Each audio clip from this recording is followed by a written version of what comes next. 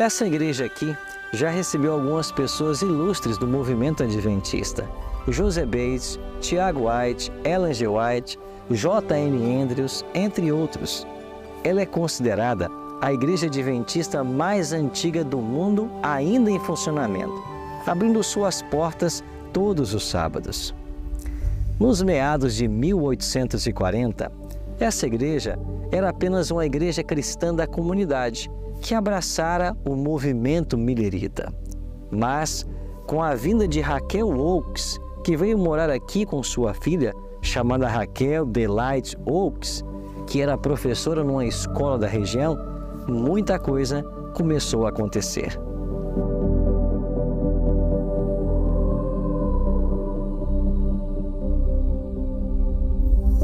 Muitos adventistas pensam que os fundadores do adventismo possuíam a mesma postura doutrinária que a igreja hoje crê. Mas isso não é verdade. Em sua busca por identidade, os pioneiros do movimento foram estudando as Escrituras e, dia a dia, novas verdades eram descobertas. Mesmo os pioneiros acreditavam, como nós hoje, que a verdade presente é dinâmica e poderia ser alterada à medida que o Espírito Santo conduzia a igreja através do estudo da Bíblia. Por outro lado, certas crenças que a igreja adotou com o passar dos anos são tão fundamentais que definem em sua essência o que é ser um adventista. Depois da descoberta da existência de um santuário no céu e do ministério bifásico de Cristo nesse santuário, chegou a vez dos pioneiros a entenderem a importância da lei de Deus e do sábado, do quarto mandamento. Como os adventistas tornaram-se sabatistas?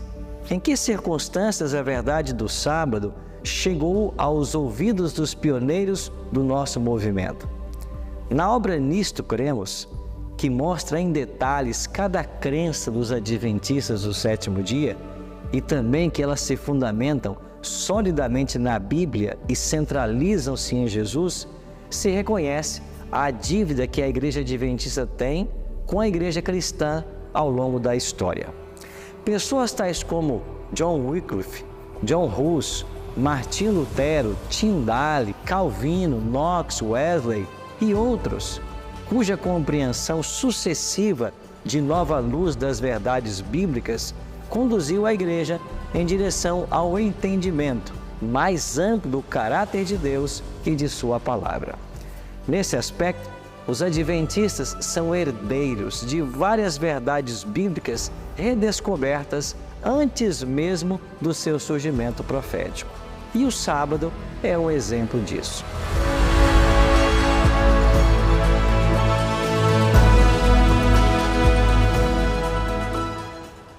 A senhora Raquel Oakes, depois de um segundo casamento, Raquel Preston, era batista do sétimo dia. E como não havia aqui uma congregação batista, ela passou a frequentar esta igreja cristã, que havia aceito a mensagem millerita. Certa ocasião, o pastor Frederick Wheeler, um ministro metodista que havia aceitado a mensagem millerita no ano 1842, estava aqui realizando uma cerimônia de Santa Ceia. E Raquel Oakes estava presente aí na igreja.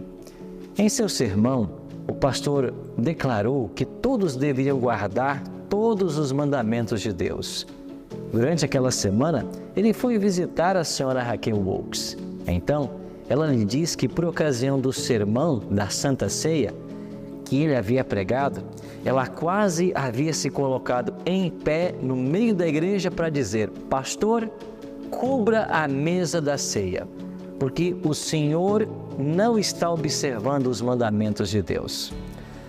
O pastor Frederick Wheeler ficou desconcertado e então perguntou: mas qual é o problema, irmã Raquel?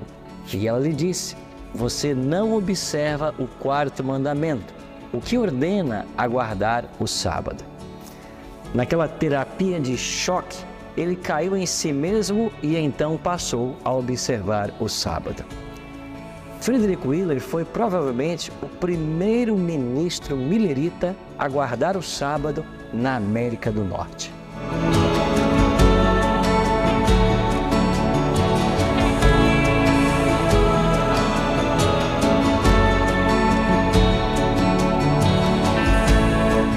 Nesta congregação, várias outras famílias foram influenciadas também a guardar o sábado. Entre elas, a família Farnsworth. Os irmãos Cyrus Farnsworth e William Farnsworth também começaram a observar o sábado, e essa se tornou a primeira igreja millerita a guardar o sábado do sétimo dia. Justamente atrás da igreja, aqui em Washington, New Hampshire, você encontra a Trilha do Sábado. Esta trilha possui 1,5 km, serpenteado pelo meio da floresta. Colocaram aqui 31 pedras de granito e nelas gravadas a história do sábado em toda a Bíblia, desde a criação até a nova terra. Esse projeto foi uma ideia do pastor Merlin Knowles em 1995 e foi concluído em 98. Assim como os mandamentos da lei de Deus foram escritos em tábuas de pedra por Deus, nós vemos aqui o sábado, também gravados em pedras de granito. Essa é uma bela ilustração da vigência da lei de Deus e da vigência do sábado do sétimo dia.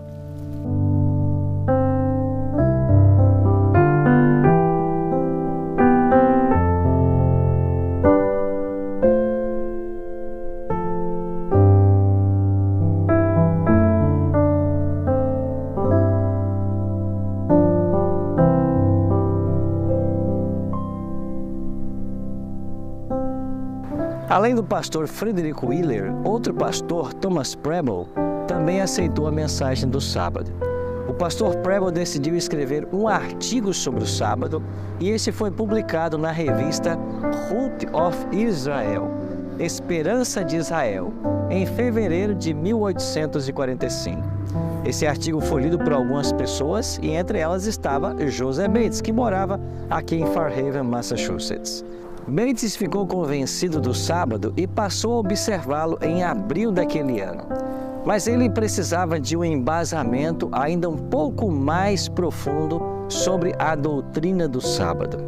Ele descobriu que havia uma congregação que estava observando o sábado em Washington, New Hampshire, e para lá ele foi em busca de mais conhecimento. Bates visitou a Cyrus Farnsworth e, juntamente com Cyrus e seu irmão Willie, eles dialogaram demoradamente à margem de um lago em frente à casa de Cyrus. Bates saiu dali completamente convicto de que o sábado do sétimo dia é o dia do nosso Senhor. Bates retornou de Washington, New Hampshire, para aqui, para Fairhaven, convencido da verdade do sábado e desejoso de ensinar esse tema para outras pessoas. Quando ele passava por uma ponte que liga as cidades de New Bedford a Fairhaven, ele encontrou um antigo amigo chamado James Madison Monroe Hall, que lhe perguntou: "Capitão Bates, quais são as novas?" Ao que Bates respondeu: "As novas é que o sábado é o sétimo dia do Senhor Deus."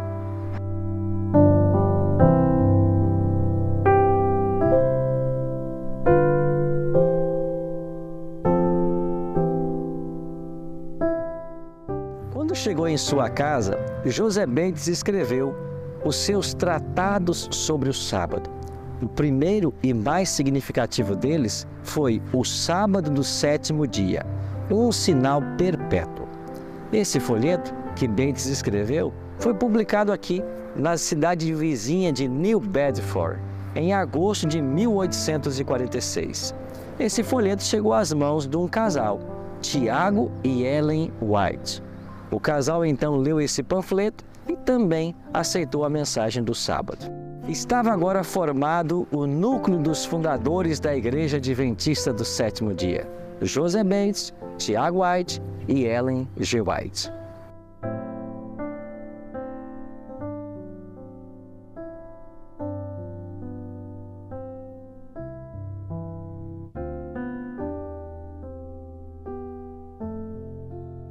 Esta capela foi construída pela Sociedade do Segundo Advento e dedicada por Josué Raimes, no ano de 1860. Dwight Moody, que vivia nessa região, pregou aqui várias vezes. E é muito provável que Raquel Oakes tenha participado das reuniões aqui, uma vez que ela apenas se uniu definitivamente à Igreja Adventista no último ano da sua vida. A capela é bem similar à que Miller construiu em sua fazenda, um local preservado desde 1860 e que manteve acesa a chama da breve volta de Jesus.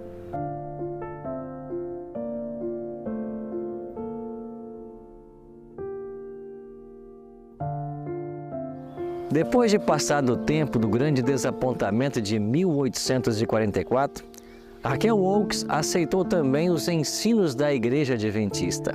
Mais tarde, ela se casou com Nathan Preston e voltou aqui para sua cidade natal.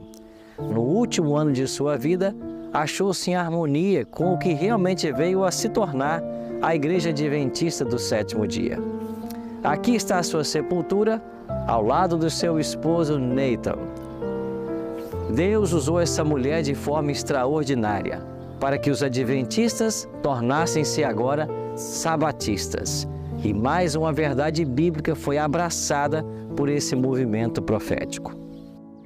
Logo atrás da sepultura de Raquel, está aqui uma placa com os seguintes dizeres: a Raquel Preston foi usada por Deus em trazer a verdade do sábado para a Igreja Adventista em Washington, New Hampshire, a qual tornou-se a primeira Igreja Adventista do Sétimo Dia na América. Graças a essa mulher e a mensagem que ela espalhou em várias regiões, a Igreja Adventista tornou-se agora do Sétimo Dia.